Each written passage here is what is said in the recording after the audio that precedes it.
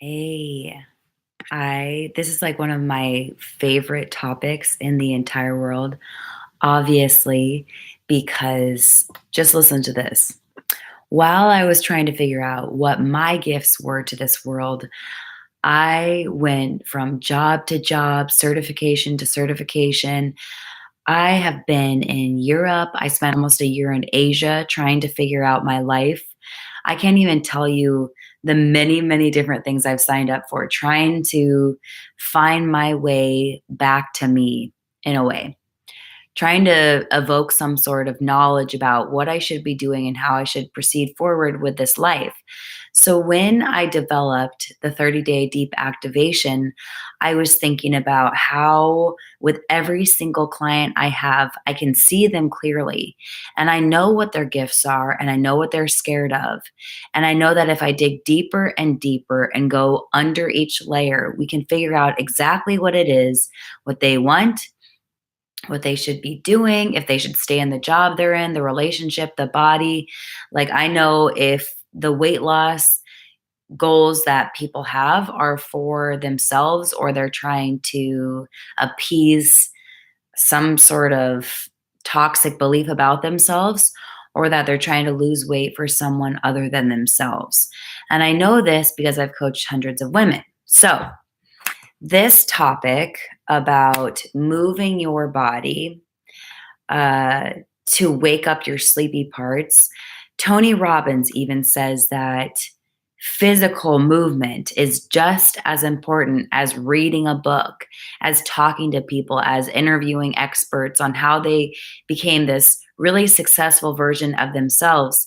And I was listening to this podcast he was on, and he was talking about how he wakes up every single morning and without a doubt, and he's like, yeah, I have like millions of houses, and I'm super lucky because I'm super lucky because I, uh,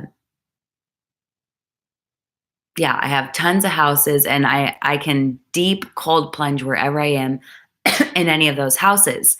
So that's how he starts every single day. And I swear he said he wakes up at like 5 or is it 5:30 and he cold plunges.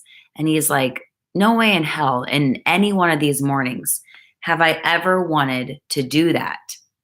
I have never wanted to wake up and go in this cold plunge, but I do because it's become part of a habit. It feels good. I don't even think about it.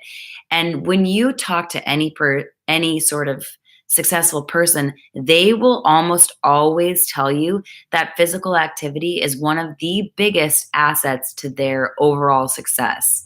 Not every person, but most people that I look up to and I have as mentors and coaches and people I find really successful are usually in pretty good shape, not only emotionally, but physically as well. So there's one key thing I know to a successful person and what separates them from success to the person who wants it and dreams of it and tries to manifest it, but it kind of never happens for them.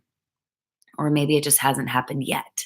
Maybe you're one of those people who's like, I've planted the seeds, I've taken the courses, I've hired the really high end $20,000 coaches, and nothing has happened. And you're really wanting to step into your gifts. So, this message is for you. I want you to do something completely different. And I want you to be excited about it. So maybe that's waking up. And I'm going to list like a few different examples of what you could be doing to start that day with vigor, zest, excitement, energy. Before getting into that, I'm just going to say this is that successful people don't allow excuses in their brain to dictate the level of success they're going to have. Like when I was battling my 3 autoimmunes at one time after I had my son, after a very traumatic C-section, my business to the side because I needed to heal before I could get after it. But I kept telling myself that long after I had healed to keep me in the same place, to keep me in a safe bubble of comfort, because I had gotten comfortable there. I was like, man, I could sleep. It feels good. I had a kid. And you know how it is if you have a kid that first year, if you have a puppy, if you have an animal, like that first year is the hardest because they're not sleeping. You're trying to figure out exactly what's going on. So I use that as an excuse. And I was just like, I just need sleep. I just need time to heal. And then my autoimmune would flare up the moment I would start getting momentum.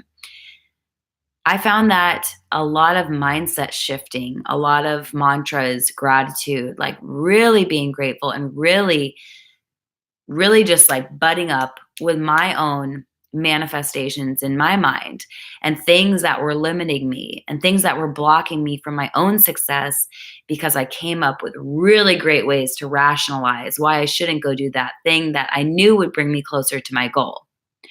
So, a few of those things, and these are just ideas, but pick one that feels good to you. So, this is all about activating that deep, sleepy part within you. The part that you're trying to drop, you're trying to call out, you're trying to move through the muck so you can figure out exactly why you can't arrive. So, here's what you do you decide what time you're going to wake up. And you can go one of two ways. Usually it's like, go this way, go that way. Here's the two ideas I would play with. One, you decide that every night you're going to go to bed 15 to 20 minutes earlier than the night before so you can get up earlier. And you're going to do that until you've reached your desired wake up time. So, for example, if you are going to bed at 11 and you want to get up at 5 a.m. and you know that you need 7 hours of sleep, you crawl in bed the next night and you try to go to bed at 10:45. And the next night it's 10:30. The next it's 10:15. So this isn't a drastic movement. Maybe you're one of those people.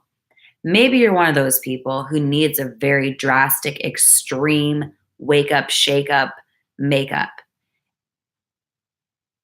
And you decide,